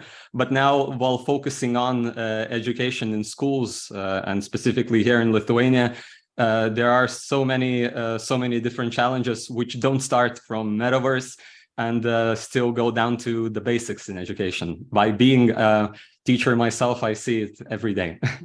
Mantas, we have a lot of people looking at us at the moment. So what is that one challenge you would offer them to focus on and finally fix? In Lithuania specifically? Let's begin with Lithuania. Let's take a niche. Firstly would be to have better Wi-Fi in schools. That would be the bare minimum for starters, for teachers to try to integrate different educational technology solutions into the classroom, from content-wise to technology. But while we're looking into education as a whole, there is a huge lack of very good content, meaning starting from mathematics to chemistry, physics, STEM, and other subjects. So just looking and focusing into content, which is king, we can surely but slowly try to make a change in education and try to make it as personalized as possible, which is why we are doing our platform with Licėjus. Got it. Sandro, if you could choose one challenge to tackle, what would that be? I think that will be affordability while scaling.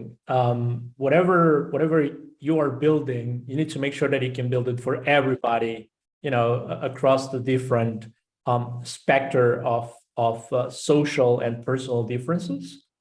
Meaning that it makes no sense to build luxury educational products. I mean, for me that's a no-go. Like starting thinking on how can I impact those who have probably no money, and going with the same thing with mentors, probably those who are lacking some infrastructure, tools that would not make their experience just as the same as someone with probably the latest, most powerful devices. Understood. Mantas, you did participate in our hackathon 2 times, right? What is that one thing you remember as a participant? Well, the main thing for us was the vibe. It was a very crucial and enthusiastic community, which gave us many interesting questions to think on while expanding on our business idea. So I think that most of the participants here would agree with me. So that would be the main benefit, the main crucial idea from both hackathons. And what would be your advice for the teams not to lose what they started doing? Because you are a perfect example of a continuation of building a product. Yeah, so you just gotta keep going. It's like, from the Nemo movie, when Dora is going and she only says, just keep swimming. So you gotta just keep swimming. You gotta keep on your idea and don't give up. Even if you are the only one member on the team, you can eventually find other people via some of these hackathons or other accelerators and just pursue. If you know in your heart of hearts that this idea is huge, it is very big, and you want to solve it, and you don't see others trying to solve it around your, proximity, you have to do it because this is what you're born to do. Absolutely. What's the point of participation if it doesn't lead you anywhere, right? Sandro, you were the winner last year. Where are you at now? What are you happy the most about? And what would be your advice for other teams that did participate this year? And how could you empower them to continue to build the solution they are intending to? So it's been a crazy year for us. We continued building on video, basically based concepts. We were not able to fully execute on the vision that we won with the hackathon because we learned that building on top of other solutions like legacy solutions is quite expensive, but we were able to push through. So just to name a few, we were accepted to EdEdu Accelerator. That is the Europe's top EdTech accelerator. And we graduated last month. We just been selected as one of the most promising 200 promising startups in Europe in education. And it's been a hell of a journey over the last year with everything that has happened for everybody. But if I had one piece of advice for EdTech founders, would be two pieces of advice. The first one is think of new ways of distribution, like direct to consumer space.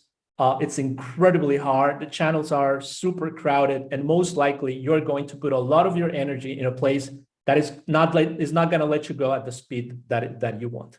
And the second one is equally, it's just dream absolutely big, get out there. I think that Lithuania has a lot of opportunities, but build for the world. Build for everybody, build for the world, and do not think that because you're in a small country that you need to feel small or think small. Totally the opposite. Like the world is out there for you to conquer it and take on a big, super difficult problem. The world does not need another flashcard tool. The world needs the next metaverse builder. Amazing, such a powerful, I'd say like a keynote speech. It can even also be counted as a keynote speech. Mantas, what would be your last words for everyone who is watching us now? Why should they participate in the future hackathons? Or maybe why should they start to believe and think about the metaverse? Well, looking into it, the piece of advice to continue on participating in such hackathons would be to find like-minded individuals, would be for starters. The second would be if you want to test your idea, which you were working in the back rooms, working by yourself or with some teammates, and you want to test it and to see it if it has merit and has functionality in the real world. You can get it from various mentors, from business angels here in Lithuania, and they can help you out and say if it's good or if it needs to be created even more better. But the main thing I would like to leave other founders is to, as I mentioned previously, just continue on going. EdTech is a hard niche, but it is worthwhile. Like in MedTech, it is something that future generations are looking upon us as creators to continue to make a change. So metaverse in education could be one of those staples to make a true change worldwide. Amazing. Amen to that. Gentlemen, thank you so much. Thank you so much for your thoughts, for the experience you just shared with us. Good luck with what you do. And I believe everyone is super curious to know, so who are the winners of this year's hackathon, right? So stay tuned. Now we will be having a very short technical break, and we will come back with the part where we will announce the winners.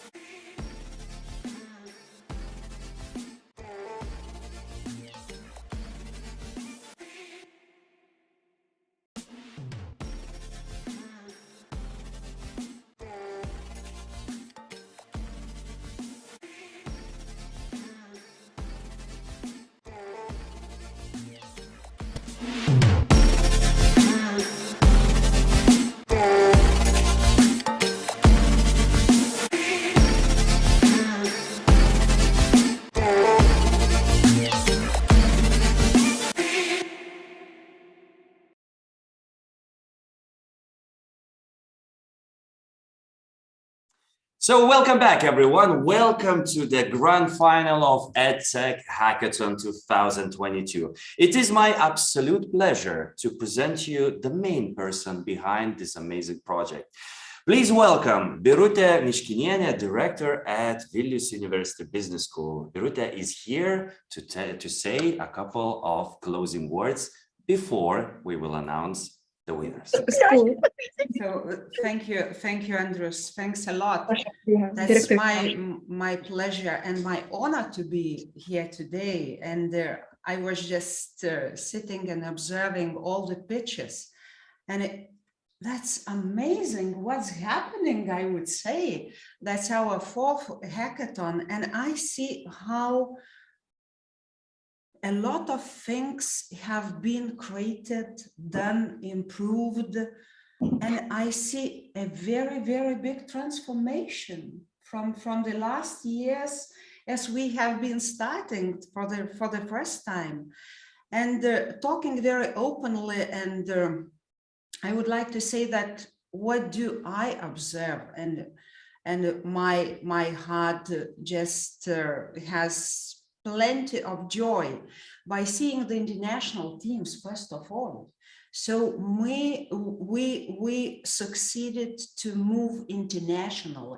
That's very, very important, as you already have been mentioning, that we have 21 different nationalities this year. This is unbelievable. That's amazing. That's amazing. And also, I would like to mention the thing that having such a turbulent times, and especially, I mean, the Ukraine, and having in mind that we have the Ukrainian students participating in this hackathon. And I think that it is not the most important thing today, are you the winner or not? But if we, with this event, could help you a bit just to refresh your mindset and to forget something about what's going on in Ukraine, I think that that's the main point, and that's the main joy for all of us. And of course, as I already said, that we expanded internationally. And another thing I was observing as well, that's the interdisciplinary teams. That's very important. By seeing the person coming from the psychology, from the business, and from other fields working together, that's amazing. Well, and of course, I would like to say that I am very proud of our Vilnius University Business School students. And I saw their first year international business students participating so actively. Wow, it was amazing as well. And of course, all my points, being the director of the business school, goes to business school students for sure. But I am not a member of the jury, you know. You know. But talking seriously, I think that with this topic, which from a very beginning seemed to me that's very, very much understandable or even unknown, after those two events, I mean the conference and also the hackathon, the metaverse is getting closer to me as well. And I think that it is getting closer to many, many people. So thanks a lot. And it seems to be that we already building the ecosystem of the EdTech community. And so that's amazing. We are expanding teams. We are building bridges. Of course, that's and in nowadays that's not only the technology matters, the people matter very, very much. And I think that we succeeded to have the great combination by creating the community of EdTech, not only hackathon, but the topic of their EdTech community. So keep going. So that's my wish. Okay, Bruta. So what would be the final advice for everyone who is looking at us for the future, for the next year, or maybe for 10 more years? As I already said, keep innovating. Let's keep innovating, keep going, and work hard and celebrate smart. Understood. Yeah. If you know how to do a hard working weekend, you could also, or you should also know how to party. And we're getting there pretty much soon. But before that, let's invite the chairman of the jury, Martynas Kandzeras. Hello again, everybody. Martynas, how was the negotiation? How do you feel after such a long, I'd say, decision-making process?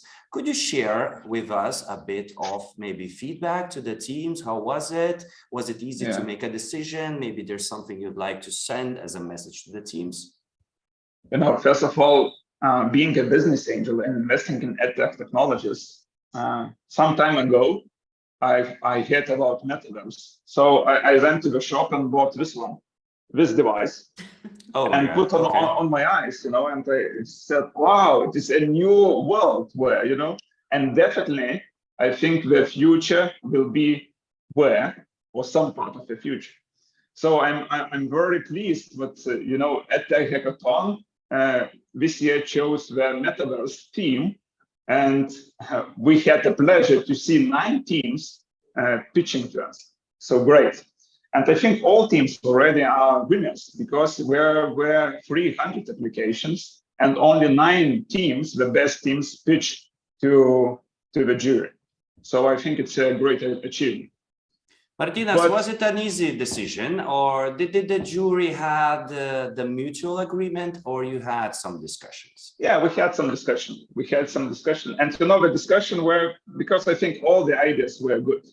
But hackathon were dedicated, how business is done. So first of all, you have some idea. So when you build a business model, but it is always only the opinion of yours, how this business should look like. So what you need to do, so you need to validate your business idea, and you need to validate your ideas going to the market. So interviewing the customer, interviewing the stakeholders, and etc. So these 2 or 2.5 days were dedicated for these. So, and I think that jury members or other stakeholders felt if the team were near the reality. So if they were validated, they validated the idea, they validated the business model, and it's not that fake. It's already near the reality, and maybe it's a few steps from the building the business.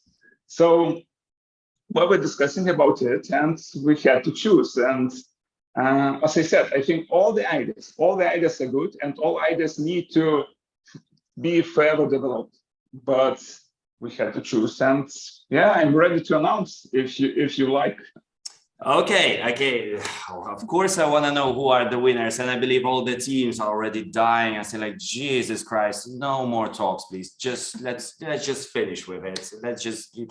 Let's keep it short. Okay, Martina. So now, are you ready to announce who did win the 3rd place? Yeah, I'm ready. Then wait for it. We have some visual to broadcast.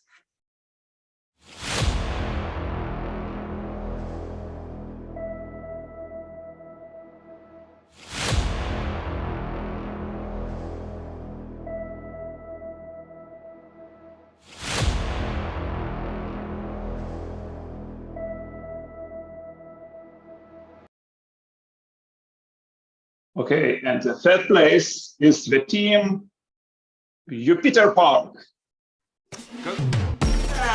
Jupiter Park team, you just got the 3rd place, and you just won 1,000 euros.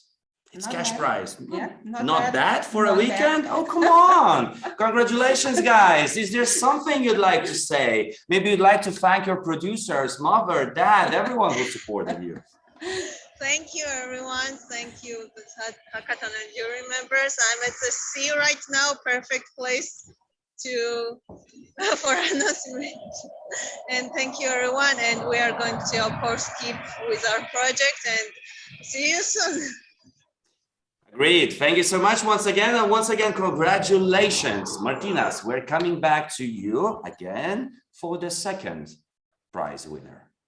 Okay, and with the second prize, and of course we had very, very tough discussion here, but we had to choose the second place.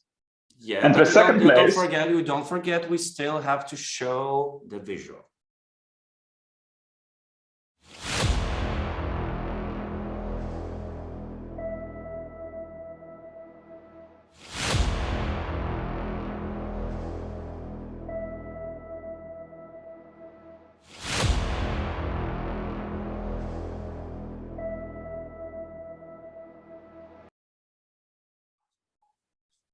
And the second place is team P2L team. Congratulations, Victoria! Congratulations on winning the second prize, 2,000 euro. Is there anything you'd like to add before you're going out with all of the team members to celebrate? Thank you, everyone. Thanks, first of all, to our team and also to our mentors, Igli and Agle, Marius and Audra. We did help us to validate certain hypotheses and kind of guide us through certain risk what we saw. And we were spinning around ourselves several times to decide whether we pitch or not. So we are extremely happy. And kudos to everyone who was participating tonight. So join us on our mission to close the gender gap in investment and digital skills. Thank you, everyone. Thank you so much. Thank you so much for such an inspiring pitch. Obviously, it was the pitch to award you with 2,000 and the second place. Martinas, at this point, thank you so much. Thank you so much for leading the jury panel. The first place will be announced by Birute. But before that, let's look at the screen and remember what is the prize for the first place.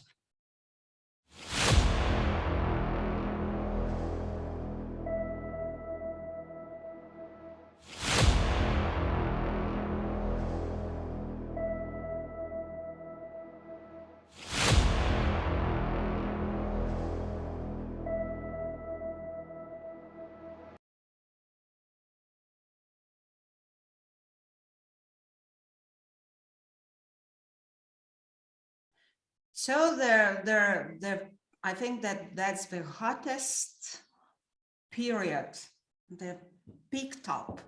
I hear the drum roll, the drum roll sound. Yes, it should be.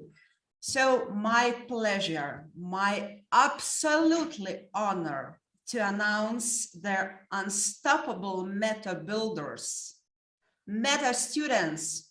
Meta students, congratulations!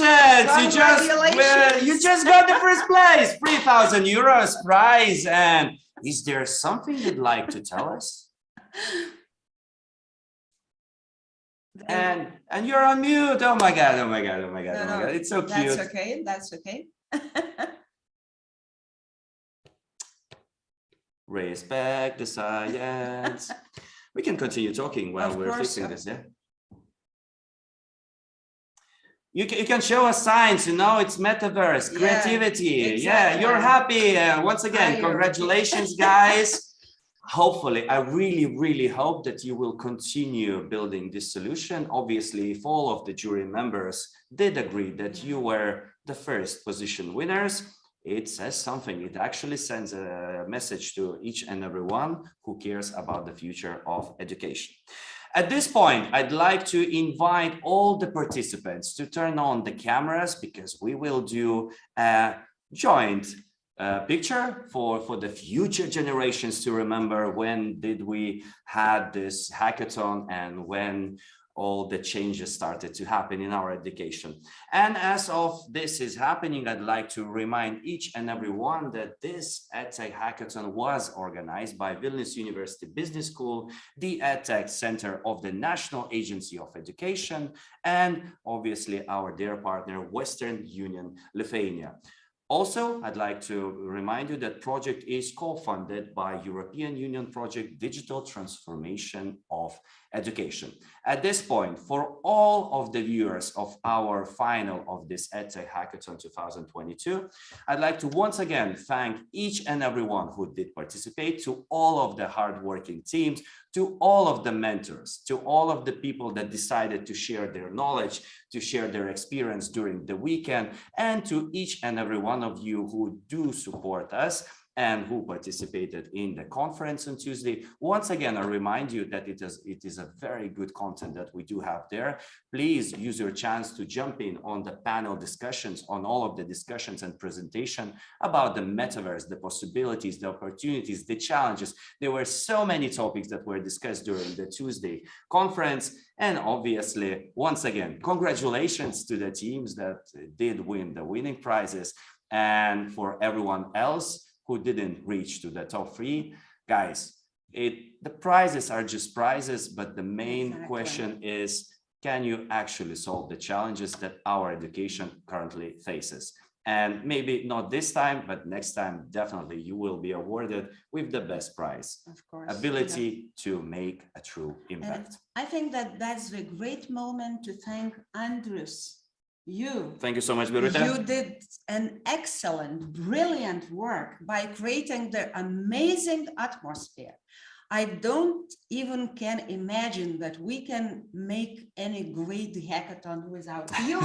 So thanks a lot. Thank you so much. And at the same time, I would like to thank my team, my EdTech Hackathon team, who was working so hard. So thank you guys, the Vilnius University Business School team. Thanks a lot. I hear it from our room. You don't hear it, everyone. But at this point, yeah, everyone can clap. Yeah, thank you. At this point, once again, thank you so much to everyone, and see you all next year. Here we're stopping our broadcast. Yes. But